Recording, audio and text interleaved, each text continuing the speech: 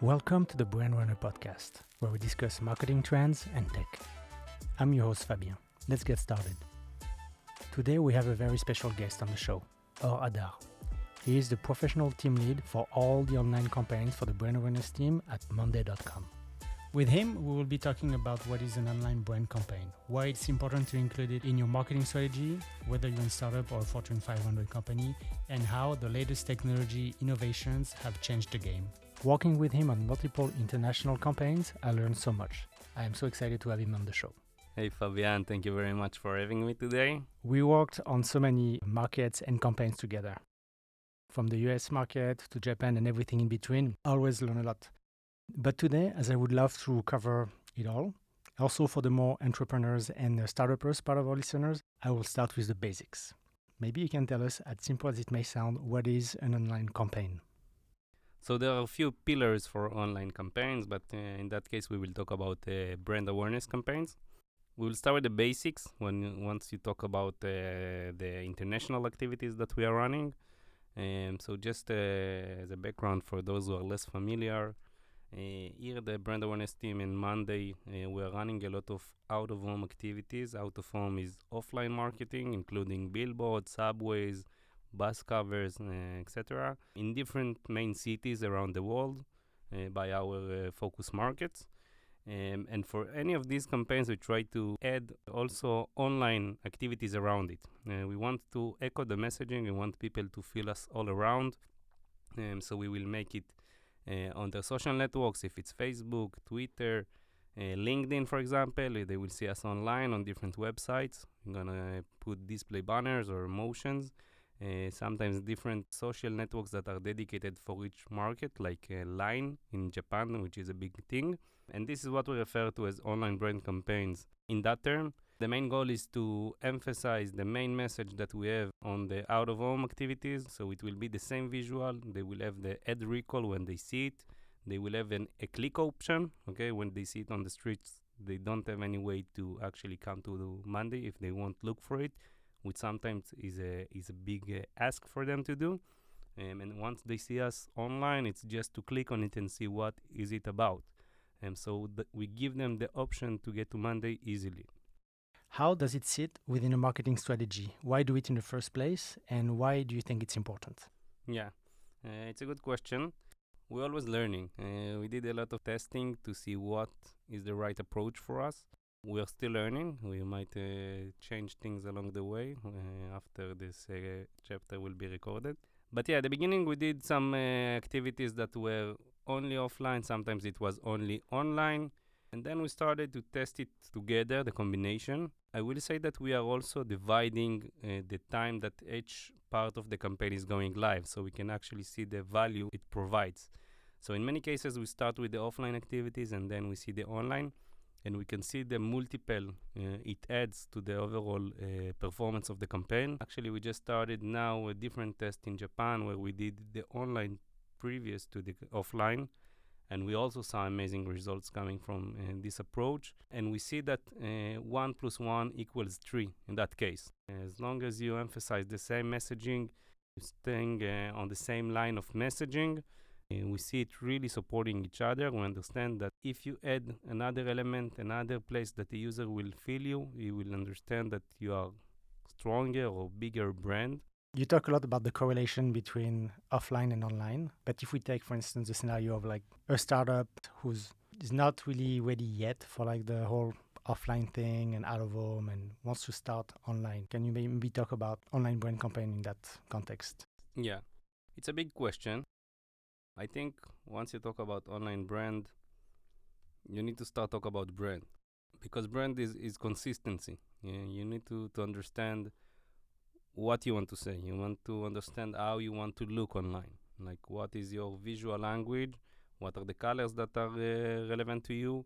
What is the font you are using? I see a lot of brands that are starting and every ad looks completely different. Even the logo might look different. The first steps are consistency. You need to understand how you keep knocking on the same area.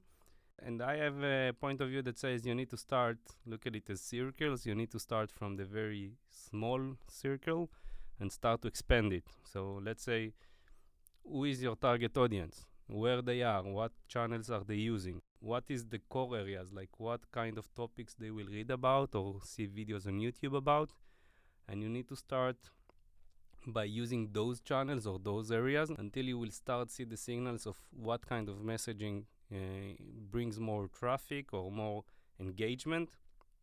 And then you can start double down on this area and start building your actual messaging strategy and what visuals are working or not working to you.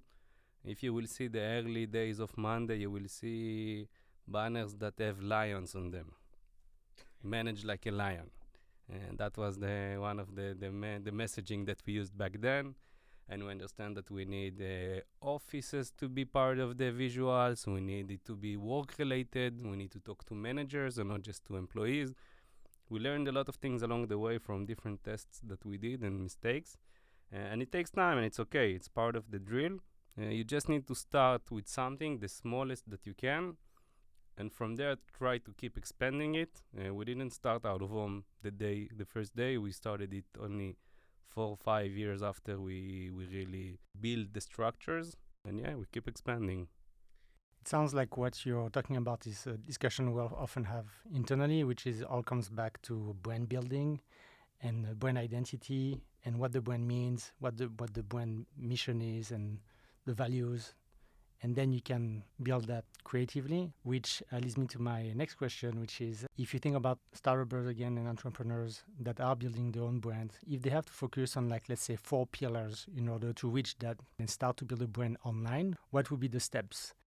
I think first of all, you need to start with fast execution that are not high budget to learn the surface. It costs you money to really learn and adapt, and you need to do it fast. You need to make a methodology that helps you learn also from mistakes. I think the best lessons we learn were from mistakes, and mistakes cost money.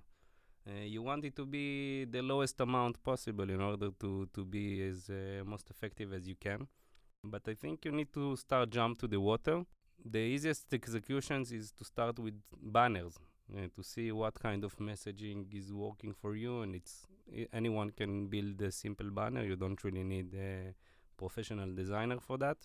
And from that banners, you start understanding what kind of messaging makes people more interesting in what you have to offer. And that can lead you to start making things that are more produced in a way. Let's say YouTube videos. Videos doesn't have to be that expensive. You can do motion videos if you have motion artists working with you. I think our first videos, each one of them cost us less than $100, even $70, a great one that won the second place in Google during, I think it was 2018, as the best video for action campaign that we did. Because it was a great one that we did in-house with our people, and it cost us around $70 to produce it.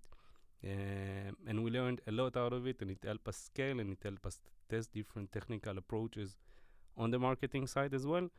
And yeah, it doesn't have to be expensive. You don't need to jump too high. You don't need to run away. You need to start with the small things and to learn from them, to see what visuals work for you, what messaging working for you, which channels are the right ones for you, to set up your technical stack from behind the scene, which is also important as well.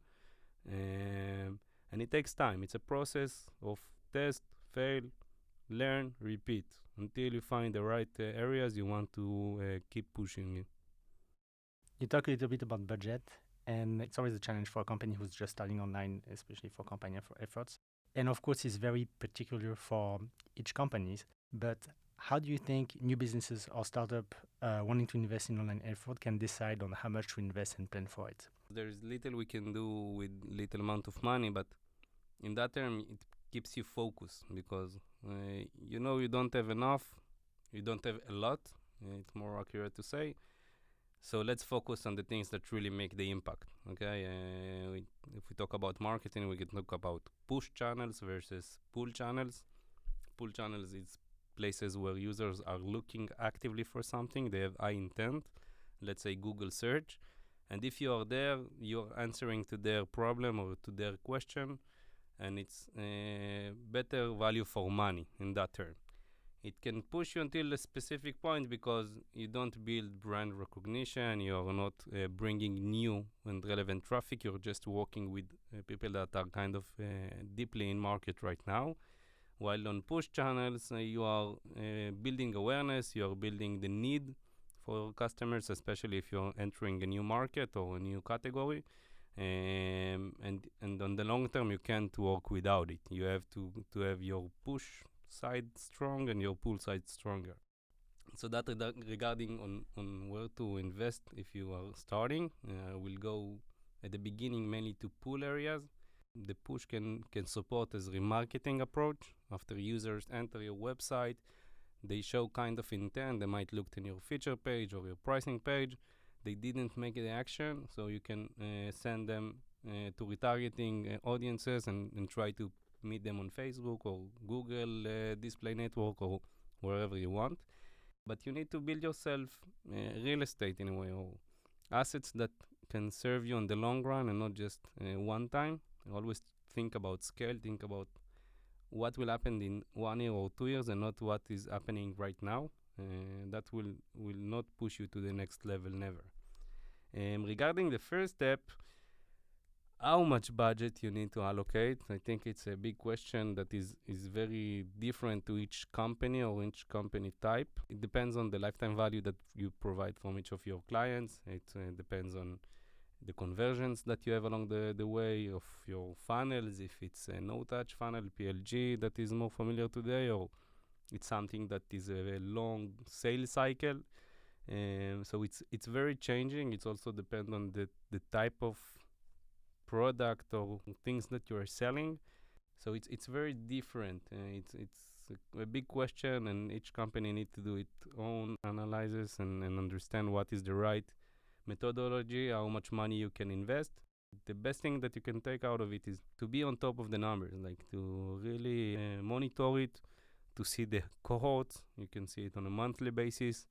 A cohort that started in January 23, what is happening to it along the way every month, if it's going up on the ARR or revenues that you're providing from it, or going down.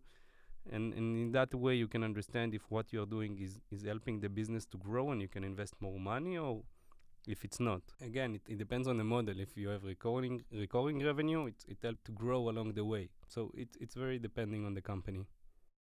So you do a lot of campaigns internationally. Can you talk a little bit about the difference in particular markets? Like we've done things for Korea or Japan or Germany. What is the difference here? So yeah, each region is completely different. I think we got to a stage that we understand that we need to adapt more for each of those markets. Part of the mistakes we did along the way is to say, okay, if we are taking the campaigns that worked for us in the US, for example, and we translate it to Japanese and run it in Japan, it will work. No, and the answer is no, and it completely failed. And what we learned is that we need to really localize, and sometimes even hyper-localized where relevant, to meet the audience, okay? And it starts from, it's the ABC of marketing at the end, that you need to do a deep research of who's your audience, where they are, how they behave, how they consume products similar to yourself. Let's say it's very known for companies in the US that anyone have his credit card or his company credit card, and he can start using Monday, sign up by himself, bring it to the company, put his credit card and start becoming a paying account. While in Japan, it's not that familiar. So we needed to do a lot of adaptations.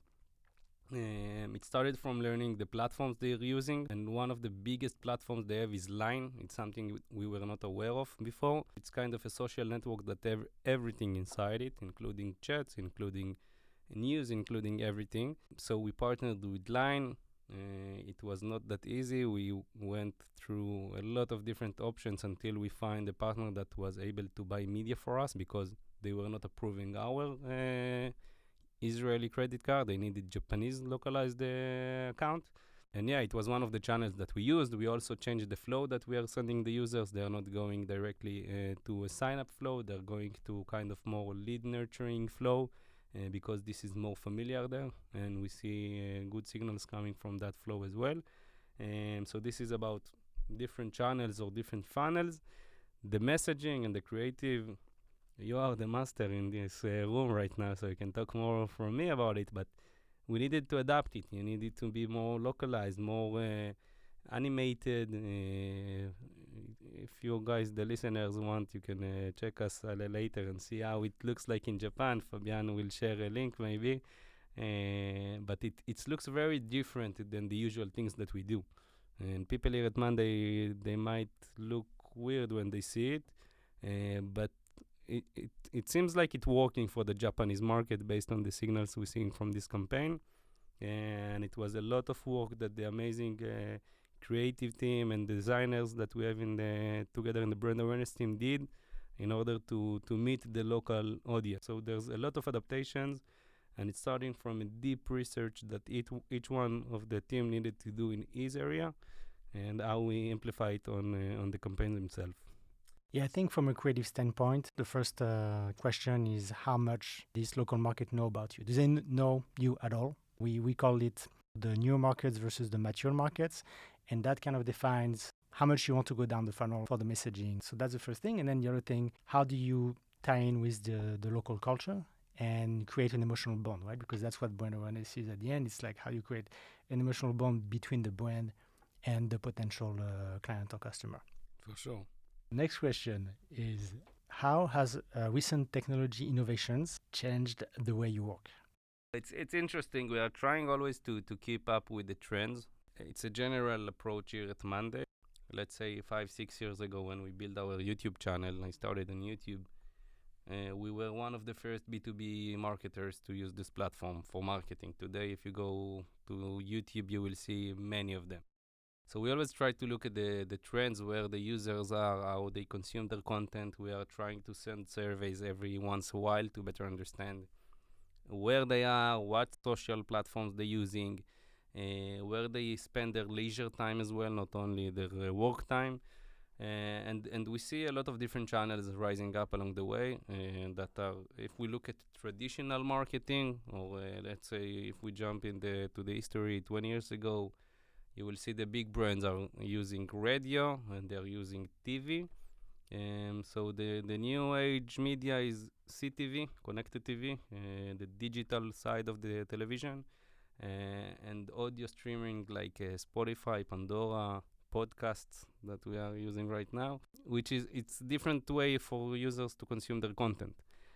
So we are always trying to be on top of the trends, and to understand where the industry is going, and try to be there as soon as possible in order to lead in that field.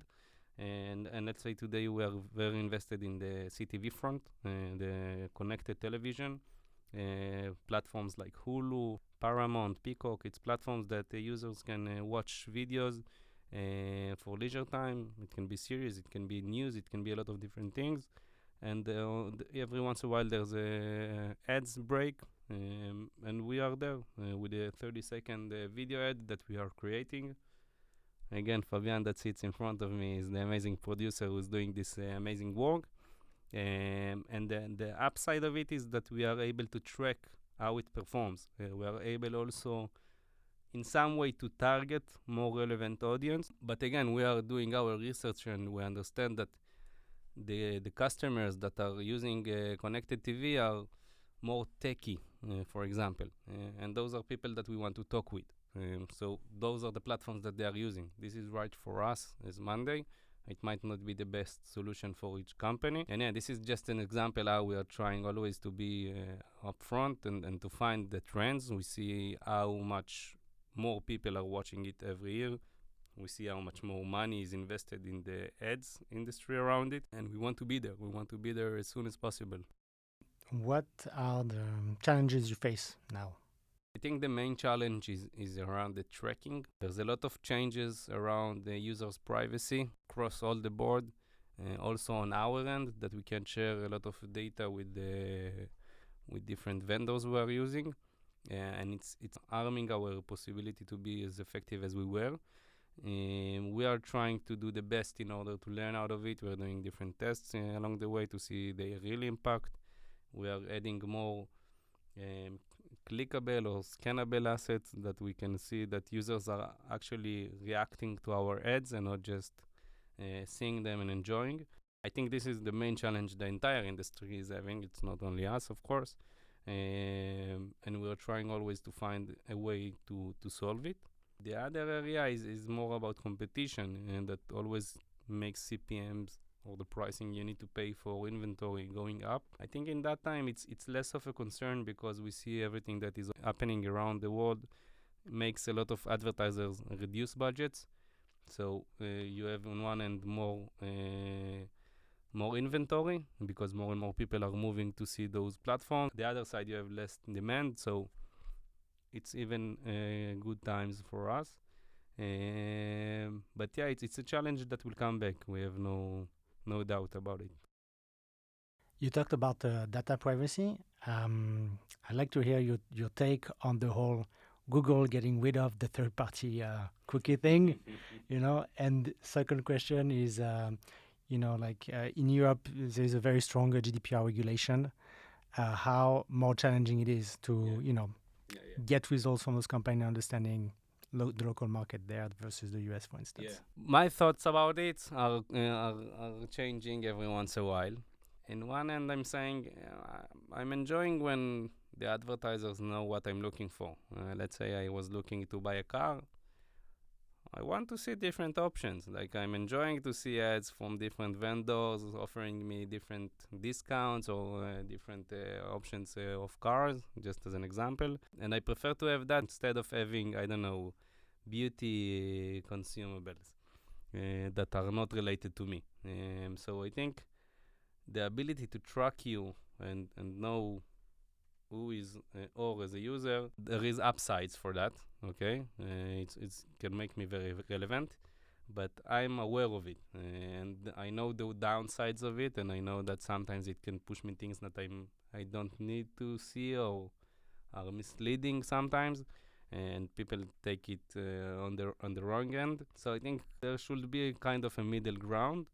I think at the end it's causing everyone to shift the way they work a bit from the marketing angle, I'm saying, because you have less ability to target.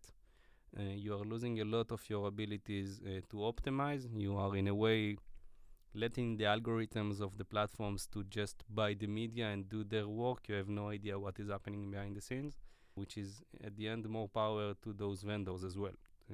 If again 4, 5, 6 years ago we were able to really see what we are targeting, how it behaves, what's going on.